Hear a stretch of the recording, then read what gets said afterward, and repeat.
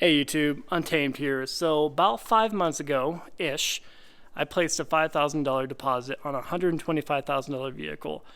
This particular vehicle was going to deviate totally from anything that I've ever purchased before, as you can tell by the price tag too. I mean, it was the most expensive vehicle that I was ever going to purchase. But about 3 months ago-ish, I decided to pull the plug on that deposit, get it reimbursed, and let it go. So what was it? This is where a lot of you are going to want to punch me in the face, but I'm going to say it anyway. It was a Land Rover Defender Carpathian Edition 110, okay? If you don't know anything about it, I encourage you to check it out. Google it, do a quick YouTube search on them. They really are a remarkable vehicle. You get the 5-liter supercharged V8 in it, just impeccable in and out. I love the styling of it. Oh, we got an angry dog feature. Hey Zozo, hi, what you doing? What you doing? What you doing? Okay, she's not happy about me pulling the plug on the Carpathian Edition. So, forgive me guys, I did a poor job at following up with you on that one. I never really said whatever happened to it. So, it was when I found this 1,000 mile Voodoo Blue 4Runner TRD Pro down in Denver. When I found that right after moving here to Wyoming, that's when I called and pulled the plug on the Defender. I think a lot of you are probably relieved to hear me say that I pulled the plug on it, because I mean the Land Rover perhaps has the opposite reputation of Toyotas, has the opposite reputation of the Land Cruiser. So it would have been quite the deviation for me to have put that on the channel. But for full transparency, I love that Defender. I think it looks awesome. I love the design cues. I love it in and out. I mean, the rugged utilitarian feel of all the finishes on the inside with the perfect balance of tech. I really do think it is cool. The reliability factor, of course, I was going to go right out the window, of course, with it being a Land Rover. But, you know, that's what warranties are for. And we have a secondary vehicle, so it wasn't going to be the primary. So that's kind of my justification for it.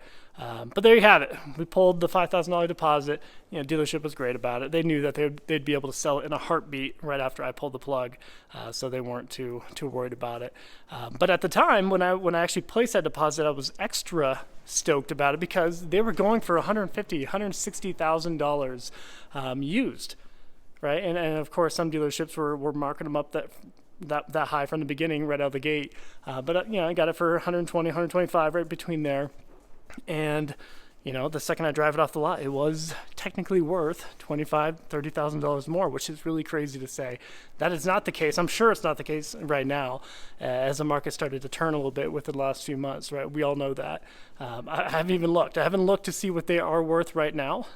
Part of me is kind of nervous to look, because part of me may extra regret pulling the plug on it, because they probably are still pretty high. If you can come by them. So very limited production.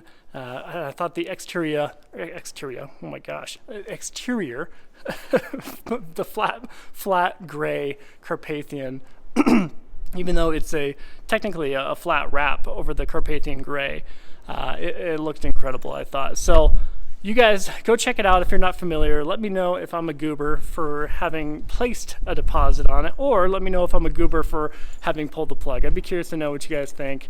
Although I would wager most of you are probably relieved that I did pull the plug on it, given the fact that it is the furthest thing from a Toyota, right? And furthest thing from a Land Cruiser. So there you have it, guys. Forgive me for not doing a good job at following up with you. Some of you may be asking, well, why would a 4Runner, a $50,000 4Runner, be a reason to deviate from it? Well, I mean, between that and moving to the new house here, you know, putting a large deposit on the home, down deposit on the home, then a $30,000 fence here at the house, all that stuff kind of combined all together, it didn't seem like a wise financial move to try to jump onto that one, as it certainly would have been alone getting the Defender. So happy we didn't financially, but a part of me does wonder, what if? So there you have it, guys. I'll wrap up the video there. Let me know what your thoughts are. Appreciate you watching as always. Until next time.